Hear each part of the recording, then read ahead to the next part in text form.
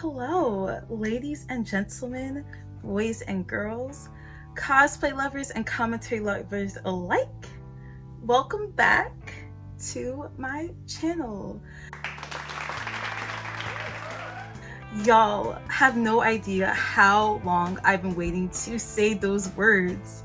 I apologize. My last video was literally like, what, December? And then I fell off the face of the earth. Like literally after December, second semester, my senior year of college, everything was just, I had so much going on that I literally just had to put my small YouTube career aside and just focus on my education. Hey guys, it's editing me here. Focusing on my education where? Because literally my senior year, I was doing a whole travel babe. I was literally in Florida. I was literally in Puerto Rico. Like, travel babe, hello. Focusing on my education, goodbye. But anyways, let's just continue. But, you know, your girl graduated. And we're moving on to bigger and better things, but that doesn't mean that I will continue to neglect this channel and just, you know, just not post anymore. So a couple things are going to change with this channel just real quick. Number one, so I want to do more story times. So as you guys can see from today's title, today is definitely going to be an interesting story time. I kind of noticed that, like, looking at my first video to the second one, even though I do want to talk about important topics that are dealing with our society, I just feel like my personality didn't really show in the second one. And also too, I really want to redo it because there's just a lot more information that I didn't go into, and I just felt like the way that I structured it just wasn't really the best. So maybe, who knows, I might redo it, who knows. But anyways, so for today's cosplay look, if you guys can't tell by the fake ivies taped to my face, we are going to be doing Poison Ivy, as seen here. But without further ado, I kept y'all waiting long enough. So let's get started with today's video. Yeah, today's story, y'all, today's story is a lot. It is a whole lot. And let me try to get these contexts in real quick. But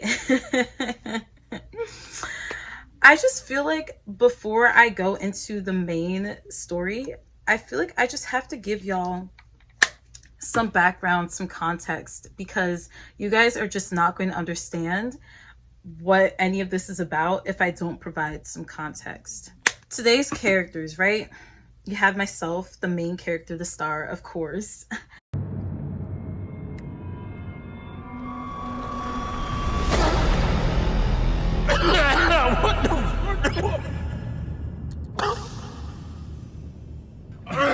Oh shit. I'm also going to be talking, obviously from the title, my ex. Now, I'm not trying to expose people and whatnot on the internet, so for the sake of today's story, we're going to call him, ooh, that came out. For the sake of today's story, we're going to call my ex Jamal.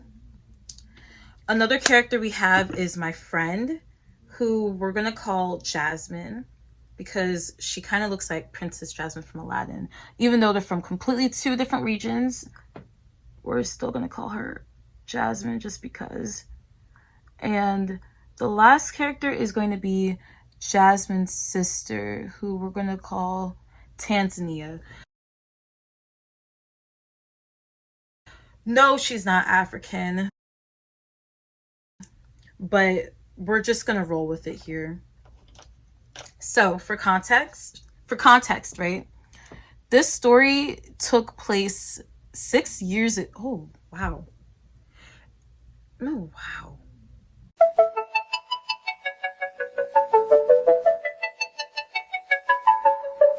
Butterfly in the sky. It took place 5 years ago. However, my relationship with my ex happened 6 years ago. And again, I gotta tell y'all some context. So we're going to start. This story time is going to be split into 3 different sections. The first section is going to be me just describing my relationship with my ex, because y'all won't understand the story unless I tell y'all that. So first part is going to be me explaining my ex and just explaining how our relationship was and why it ended. The second part of the story is going to be context for how Jasmine and Jamal, my friend and my ex, got together. Because again, this story is just so crazy that like y'all aren't going to get it unless y'all understand like how and why they even got together to begin with. And then the third part of the story is going to be the actual meat and potatoes of me almost going to court. Okay, so let's really get started this time. So, my ex, who we're gonna call Jamal, we, again, like I said, this was during my sophomore year of high school that we dated. So, that whole relationship, like, first of all, if I had to describe Jamal, like physically, he literally looks like Kevin Hart. Like, I kid y'all not. Like, they both are like the same height, same complexion, everything. Except Kevin Hart is funny, and my ex really tried to be funny, but he just wasn't. Like, when we dated, I was 16, he was 18, which is like, yeah, not good at all. But at the time, I just really wanted a boyfriend, you know? Like, I just really was tired of being lonely. Oh, boo-hoo. Let me play a sad song for you on the world's smallest violin. Well, lonely. And I had an ex my freshman year, which only lasted for like 3 weeks. So I wanted something that lasted longer, you know?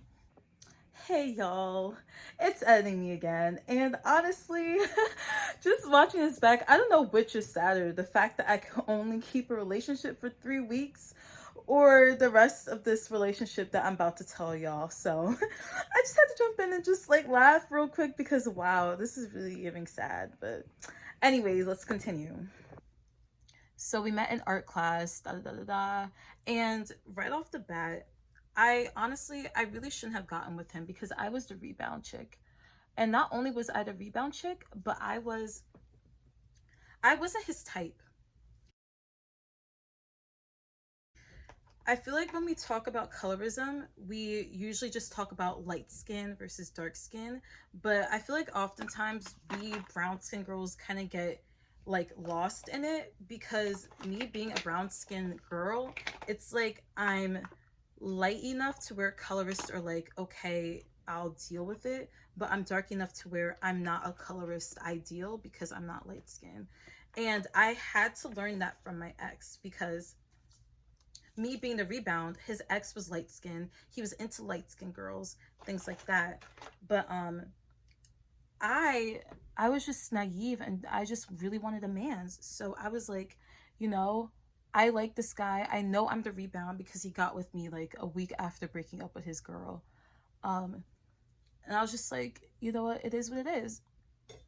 So we dated for 2 months, and how that relationship ended, I honestly, it was so traumatizing because I'm African. I come from an African household, and my parents did not want me dating at all. Till this day, they don't want me dating, which I just don't understand. They want me married first before dating. It doesn't make any sense. But they did not want me dating, especially at 16. I'm not entirely sure how my mama found out, because my mom found out and then she told my dad. So they were like, break up with him. And at the time I was just like, let me just still continue our relationship, you know, screw my parents, I don't really care, they're not gonna know if I still continue our relationship, so I continued our relationship. And then I don't know how, but my parents got into my phone and they found out that we were still in contact, and this time it was serious. It was like, bruh, it was so traumatizing because they were like, you prostitutes, you're acting like a prostitute, look at you, you're bringing shame and dishonor into our family. Like, my African accent is horrible. Sorry guys. Are you not ashamed of yourself? Are you not embarrassed? This is really embarrassing. But yeah, like, it was so bad. I had to literally, I couldn't take it anymore because like y'all know, if y'all watch Tyler Perry, y'all know how there's always that one scene in his movies where literally a battered woman is on the ground just crying because she's dealt with so much abuse, da da da da da. You don't understand women so much, okay? It's not mine. That was me. I was that battered woman. Like literally just one day this whole thing happened, they found out, and oh shoot. I'll be right back. I completely forgot water, which is why this thing is not sticking on. Okay, I'll be back. Okay, I'm back. But yeah, it was just, the whole experience was just very traumatizing because I didn't think I did anything wrong about having a boyfriend, but to my parents, I was really bringing like disgrace to the family name and whatnot.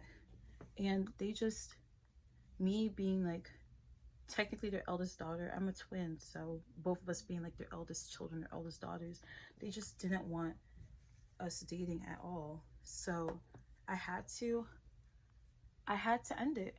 I had to end it for real, for real. So I told him, like, listen, this isn't gonna work. Me and you just isn't gonna work. My parents are like, no, and I just don't have the strength and the energy to continue with this relationship. So I ended it. And it's a good thing that I ended it too, because I really wish that I learned my worth back then, because I was so much better than him.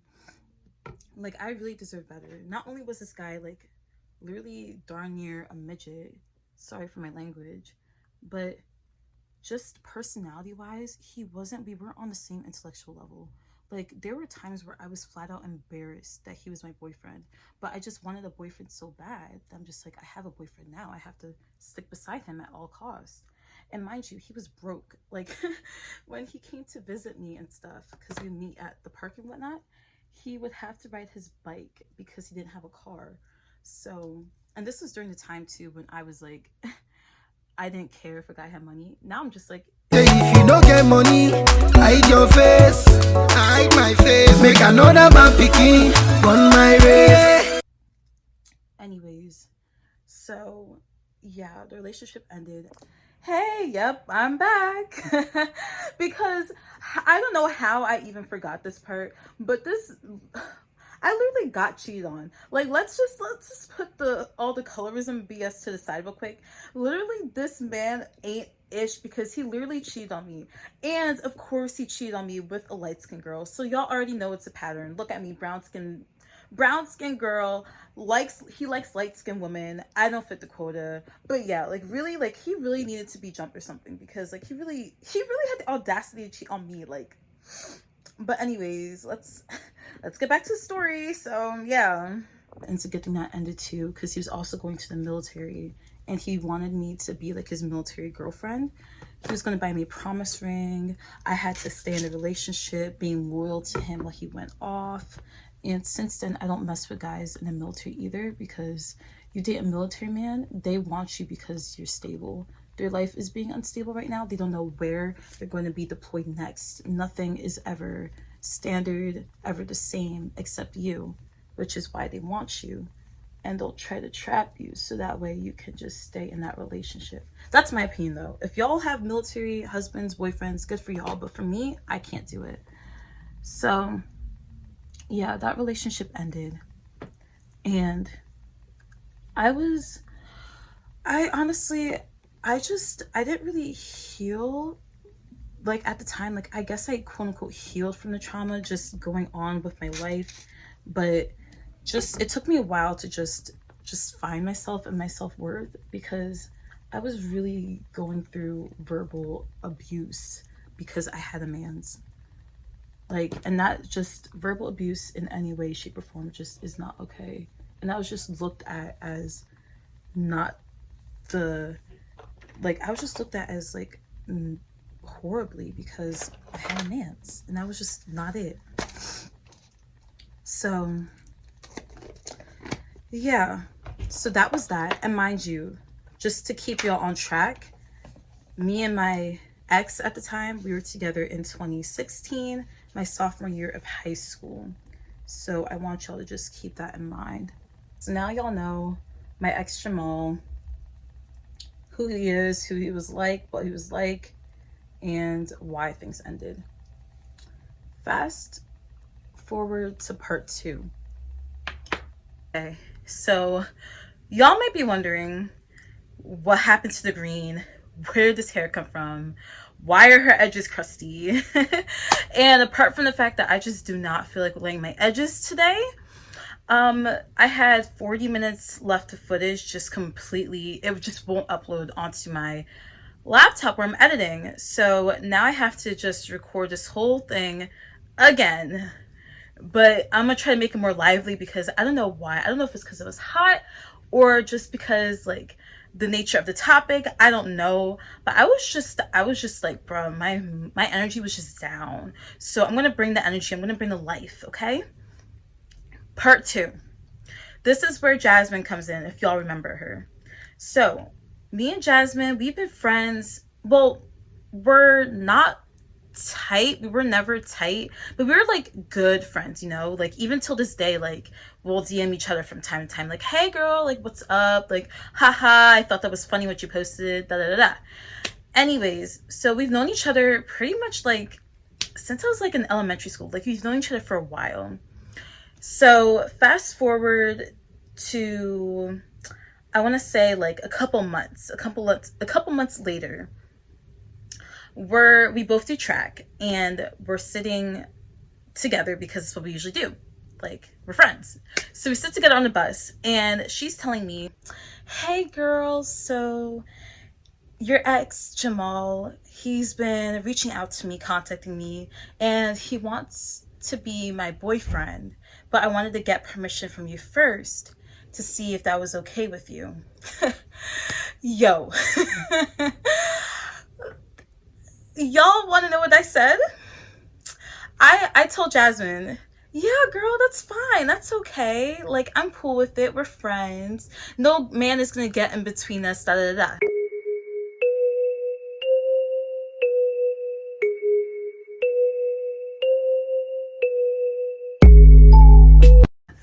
And I know y'all are going to look at me like, yo, who gives their friend the go-ahead to date their ex? First of all, who even thinks it's okay, permission or not, to date a friend's ex? But in my head at this time, like, I didn't know any better. Like, I was just sitting there like, hey, I'm not trying to look like the jealous ex here. If he wants to have fun, he can have fun. If she wants to have fun with him, she can have fun with him. I'm not going to be the jealous one here, and everything's going to work out fine.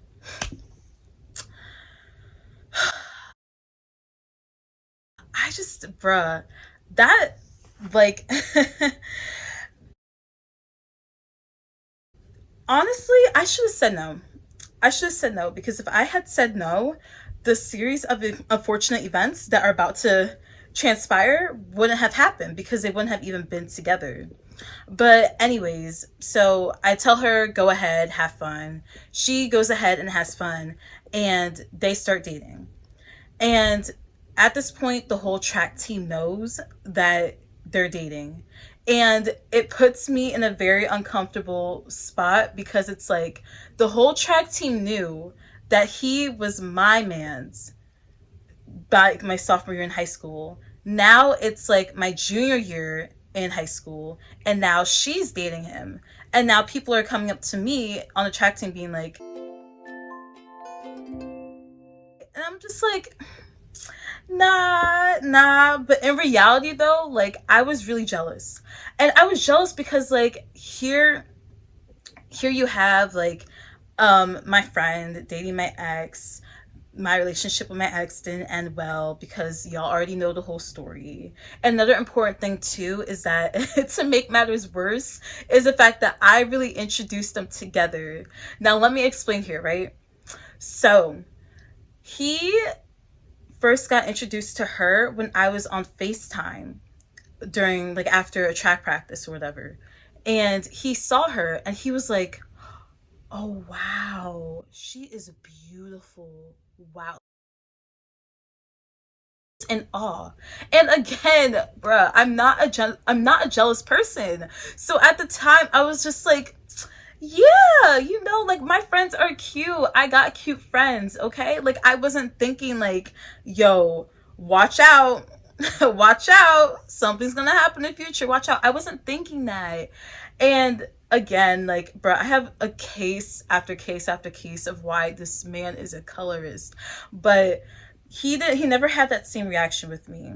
When I asked him, because it did play in my mind low-key when we were dating. So I asked him, what was your first impression of me?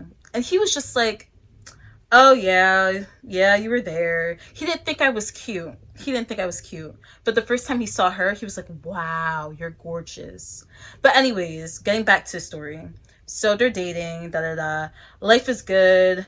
I'm over here, I'm kind of jealous, but after a while, I get over it. So it's like, I know that they're still dating, but I'm no longer at a point where I'm jealous of them. I'm just like, it is what it is, especially since I was the one that gave the go-ahead. So at this point, it's winter season for track. And before I get into part 3, which is the main story, part 2 is also going to include my track season at this point, because it's really important. It's all going to come together. So at this time, I'm focusing on track, because that's literally my only distraction at this time, is like track, soccer. I think I was working no, I didn't start working until my senior year of high school. So yeah, those were the only distractions I had, were track, soccer, school. So I was really putting a lot of energy into track. And even though during practice I would get tired, I would be lazy sometimes, but I was still like the fastest girl on the team. And at this point, not to brag or anything, but at this point on the track team, I had set a record for the school that to this day is not broken. So but anyways, so y'all need to understand that like my track, like I was getting better and better and better. Like I was winning every single individual race that I had. When we did relays, I was the anchor. I was holding it down. I would get us from like literally last place to like 3rd place, which is a lot, especially during indoor. That like y'all need to know that took a lot of energy to do. So I was really focusing on my track career. And I put all like the nonsense to the side. So that is the end of part 2. So now y'all know part 1, y'all know about my ex. Part 2, y'all know about my friend and how Jasmine and Jamal are dating. I'm focusing on my track career and everything's going great.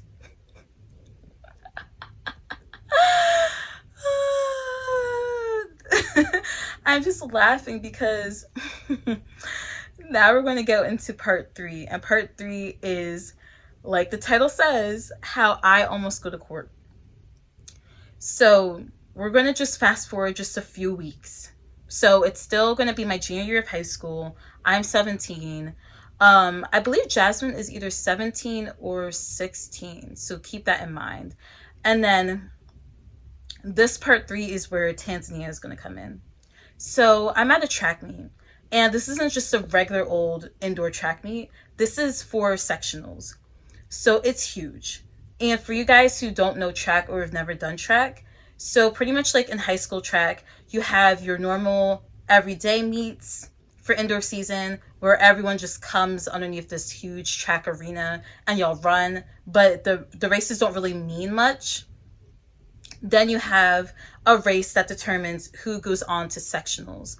And sectionals, it's a big deal, because from sectionals, once you move on through sectionals, you have the chance to move on through states. And states is like literally the best in New Jersey are running and competing against each other. So in order to get to states, you have to go through to sectionals. And in order to go through sectionals, there's a very important indoor meet that everyone who wants to go to sectionals must go to. So we're at that meet. And at this time, I'm feeling calm, I'm feeling collected, I'm feeling good because my times are good. I was winning like almost all of my races. Like my coaches even were like, I could have sworn they were even like, yeah, like you're definitely moving on to sectionals, because I had everything, you know? So I'm over here, I'm waiting for them to call the girls 55-meter dash, because that was my race. And I'm just sitting there, you know, I'm stretching, I'm warming up, and I'm getting ready because they're going to call it, at this point, they're going to call it in like just a few minutes. So as I'm sitting over here, stretching, getting my legs ready and things like that, Tanzania comes. Okay, so I guess I should have put some backstory for part 2 about Tanzania, but Tanzania is Jasmine's little sister. I always got the sense that Tanzania was jealous of Jasmine, just because she always seemed like the type of sibling that would want to rat out their older sibling any chance that they got. And to me, it wasn't like, oh, I'm gonna rat you out, but at the end of the day, there's still love. It was kind of just like, I'm just here to see your downfall. And the reason why I say that is because of what comes next. So I'm sitting here just stretching, preparing for them to call the girls' 55-meter dash. I'm calm, I have a level head. And then Tanzania sits next to me. And at first, I don't think anything of it, because like we're sitting together as a team. We do this all the time. So her sitting next to me, it wasn't anything major.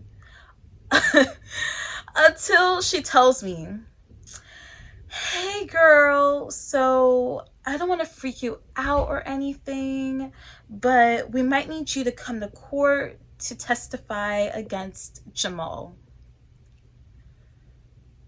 Y'all, the way my mouth dropped, like,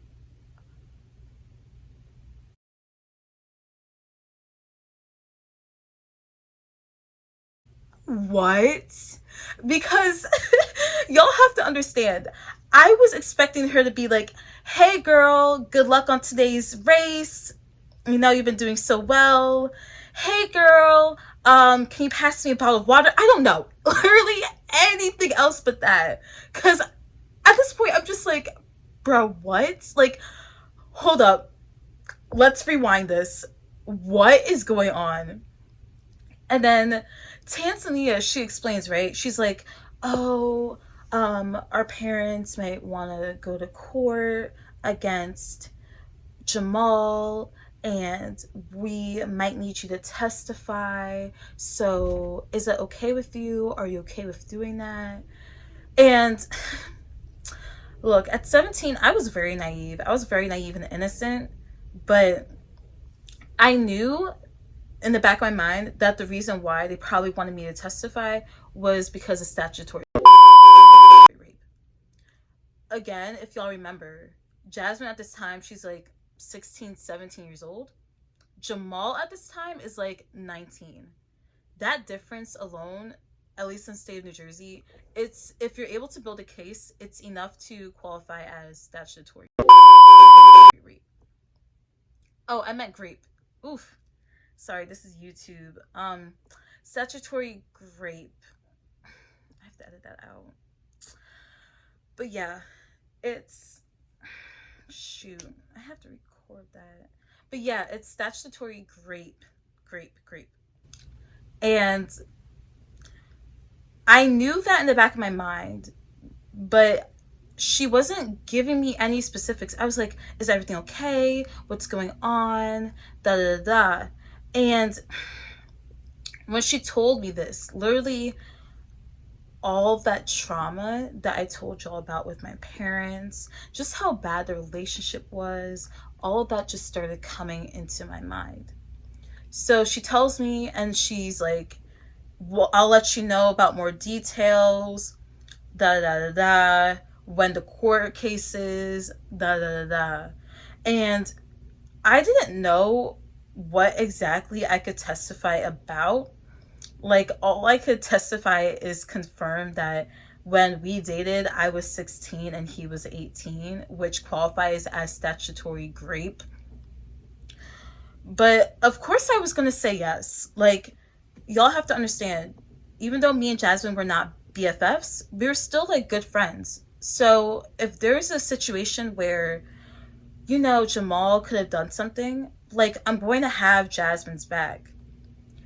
Now, just a side note, the reason why I think it's statutory grape and not anything like salt is just because Tanzania was not giving me like a clear answer at all. If it was salt, then she would have flat out told me, because I can't be testifying in a case where I don't know what's going on. Hey guys, it's Editing Me here. I just wanted to wear the hat so y'all know that it's editing me and not this is being a part of the video. I cannot speak. But anyways, I know this sounds really bad. It kind of sounds like I may not believe that rape could have occurred or assault could have occurred. But I want you guys to just understand where I'm coming from, and I'm not trying to dismiss anything happening here.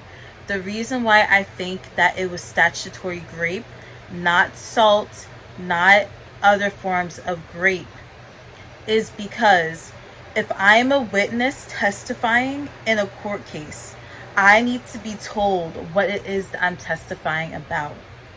If this was rape or assault, Tanzania would have had no choice but to tell me because I needed to know. You can't take me to court, put me on the stand, and then me not being notified what I'm being asked about. Plus, I should have had a lawyer case and ready just in case, but like, I can't afford no lawyer. And even if like I didn't need a lawyer and I was still testifying on their behalf, their lawyer should have contacted me and would have had to tell me regardless what the case was for.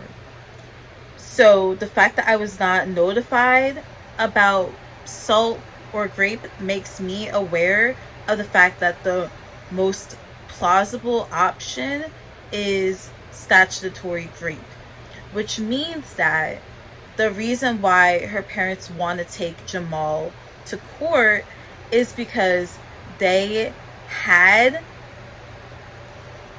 did it, and he was over the age of 18, well, 18 years or older, and she's still a minor. Therefore, in the state of New Jersey, where I'm from, that is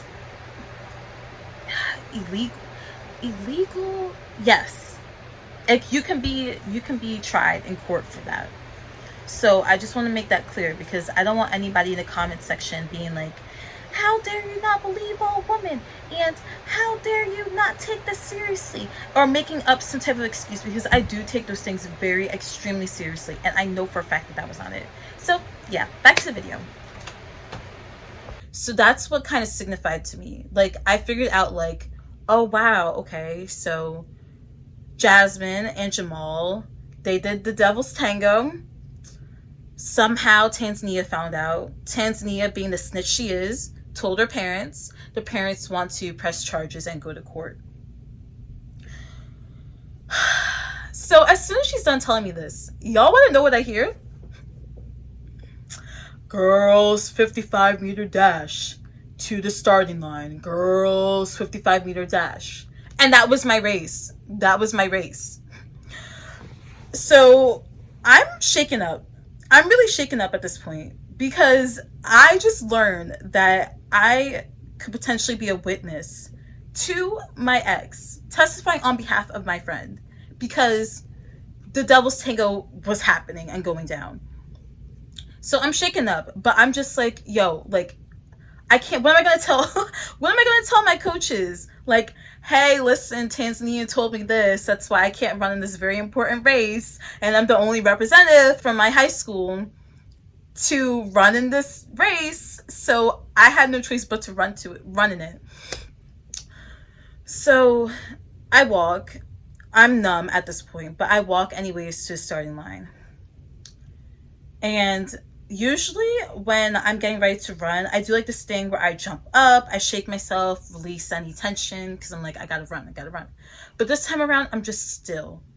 I'm just like, I'm literally just standing still, and I'm like shaking, because like, that's some really traumatic, really crazy news that just dropped.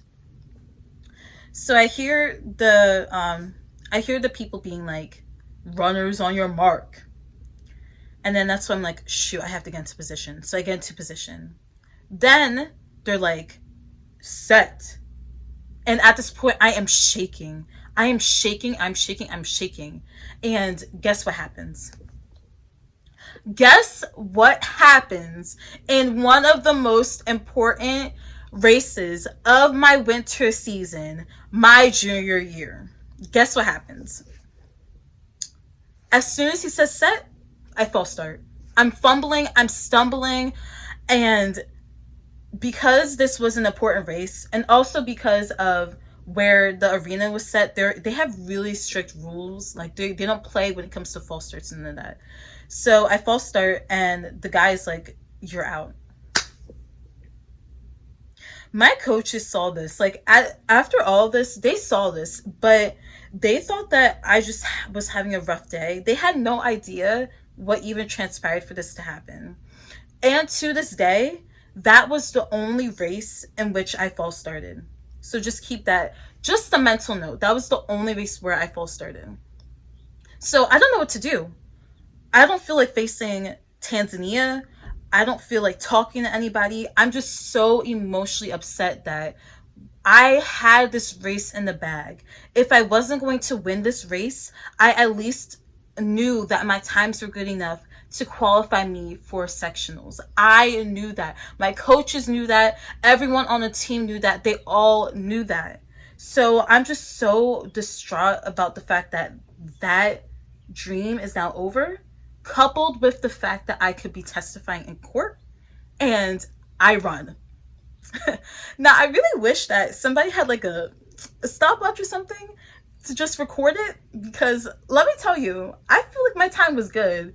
For me running from the track in the indoor arena to the nearby school, my time must have been perfect. I must have like set a record there, because I just wasn't thinking. I just had to go.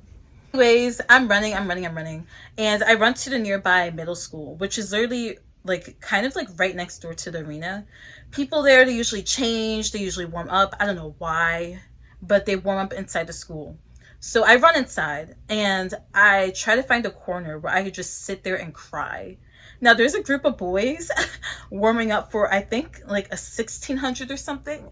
So they see me, but nobody talks to me. Like, and I could have sworn I saw a few girls too running, but nobody talks to me, because it's just like, it's kind of awkward situation where you see someone crying, but you don't know them, so you're not sure if you should confront them and comfort. I cannot talk. You're not sure if you should comfort them or not. So they're just letting me cry, and I'm just so emotional, because I'm just like, oh my gosh, I have to testify against my ex. Oh my gosh, I don't know what to say.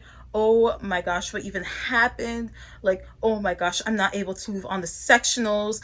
I'm just bawling my eyes out. And then running in comes Jasmine. And Jasmine, she just sits next to me, and we just both start crying. Y'all had to know, like, Jasmine was in some deep-ish, because I'm pretty sure Tanzania told Jasmine that they're going to get me to testify, because we're just sitting there crying together. And for some context, I should put this in part 2, but y'all are getting it anyways. So Jasmine and Tanzania, they come from a very strict immigrant household like me.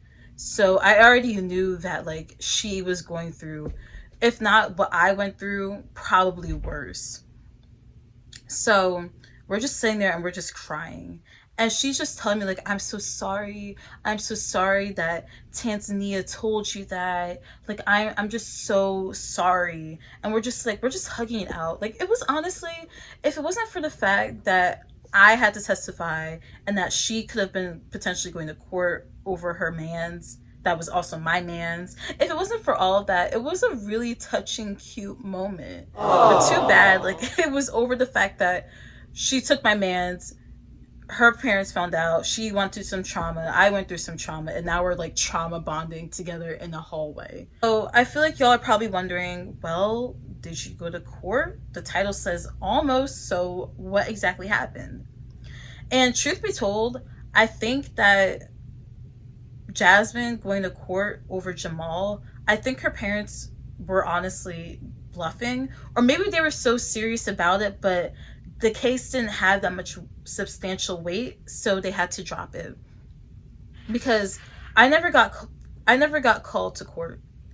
And it was really like after that for weeks, I was freaking out. Like, when am I going to court? When am I going to court? When am I testifying? What do y'all want me to say? So I'm over here asking Tanzania, because she was the one that brought it up. So I'm over here asking Tanzania, like, hey girl, when am I going to court? Hey girl, when am I going to court? Hey girl, when am I testifying? And each time she's just like, oh, well, I don't have the details right now, but I'll let you know. Like, oh yeah, my parents haven't said anything, but I'll let you know. And eventually just got to a point where it was just like, yeah, they're not going to court. They're dropping it. Bruh.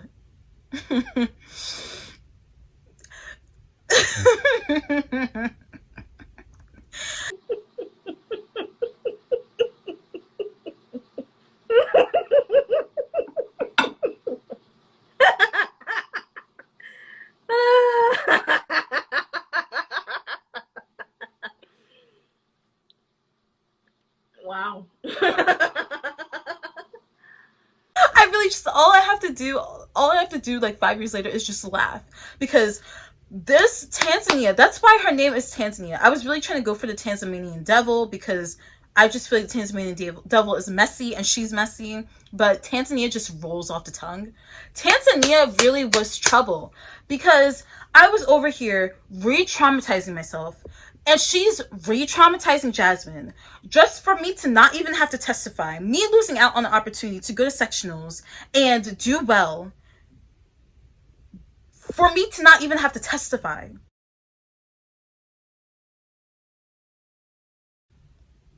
I honestly, at the time, I was relieved, because I'm just like, I have no, again, what is a girl going to do? So I was relieved, and I didn't even bother to tell my parents, because I just didn't want to have to go through the trauma again. So I didn't tell them. But it was just, honestly, just crazy, really. So that's it. If I had to give y'all some lessons from all this, honestly, it would just be, number one, know your worth and add tax. Because if I had known my worth, I wouldn't have been with Jamal to begin with. None of this would have gone down to begin with. So, and I deserved better. So just number one, know your worth. Number two, girl code. Do not go after your friend's ex. Just don't do it. Don't do it. Otherwise, while it will come either way, if it's not going to be through a court case, it's going to come. Like, it's going to come. This is why we don't do these things. Like, it's just not okay. So don't do that. And number three, honestly, don't let anybody disturb your peace. Just don't. Because if I had remained calm and level-headed, like, just, I'm not going to let this disturb me, who knows? I could have gone through sectionals. I could have, who even knows? Maybe I could have made it to states. We don't know. But another thing too is that if there's any girls watching this and y'all are under the age of 18, if a guy over 18 approaches you, he's not approaching you because he thinks you're sophisticated or you're grown. You know what I mean? But anyways, so that's it for today. Go ahead and like and subscribe. Share it to your friends if you can. And yeah, see y'all next time. Bye.